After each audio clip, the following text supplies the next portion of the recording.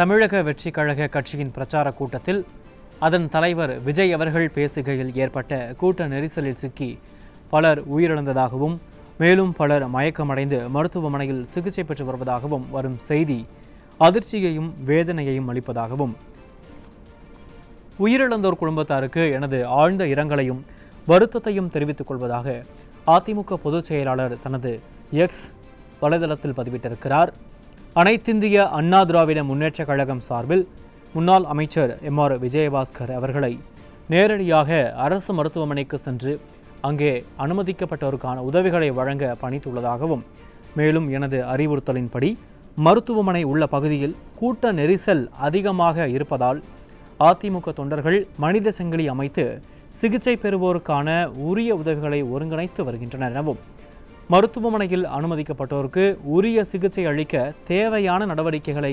உடனடியாக தமிழக அரசு மேற்கொள்ளவும், உயிரிழந்தோர் குடும்பத்தாருக்கு உரிய இழப்பீடு வழங்கவும் வலியுறுத்துவதாக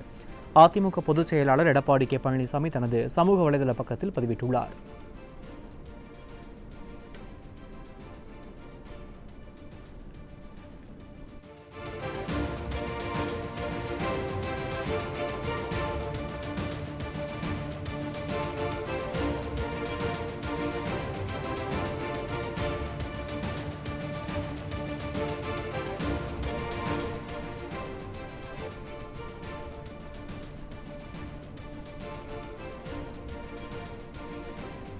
கரூரில் நடைபெற்ற தமிழக வெற்றி கழக கட்சியின் பிரச்சார கூட்டத்தில் அதன் தலைவர் விஜய் அவர்கள் பேசுகையில் ஏற்பட்ட கூட்ட நெரிசலில் சிக்கி பலர் உயிரிழந்ததாகவும் மேலும் பலர் மயக்கமடைந்து மருத்துவமனையில் சிகிச்சை பெற்று வருவதாகவும் வரும் செய்தி அதிர்ச்சியையும் வேதனையையும் அளிக்கிறது எனவும், உயிரிழந்தோர் குடும்பத்தாருக்கு எனது ஆழ்ந்த இரங்கலையும் வருத்தத்தையும் தெரிவித்துக் கொள்வதாக அதிமுக பொதுச் செயலாளர் எடப்பாடி கே பழனிசாமி தனது சமூக வலைதள பக்கத்தில் பதிவிட்டிருக்கிறார். அனைத்திந்திய அண்ணா திராவிட முன்னேற்ற கழகம் சார்பில் முன்னாள் அமைச்சர்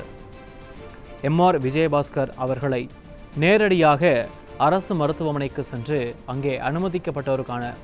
உதவிகளை வழங்க பணித்துள்ளேன் எனவும், மேலும் எனது அறிவுறுத்தலின்படி மருத்துவமனை உள்ள பகுதியில் கூட்ட நெரிசல் அதிகமாக இருப்பதால் அதிமுக தொண்டர்கள்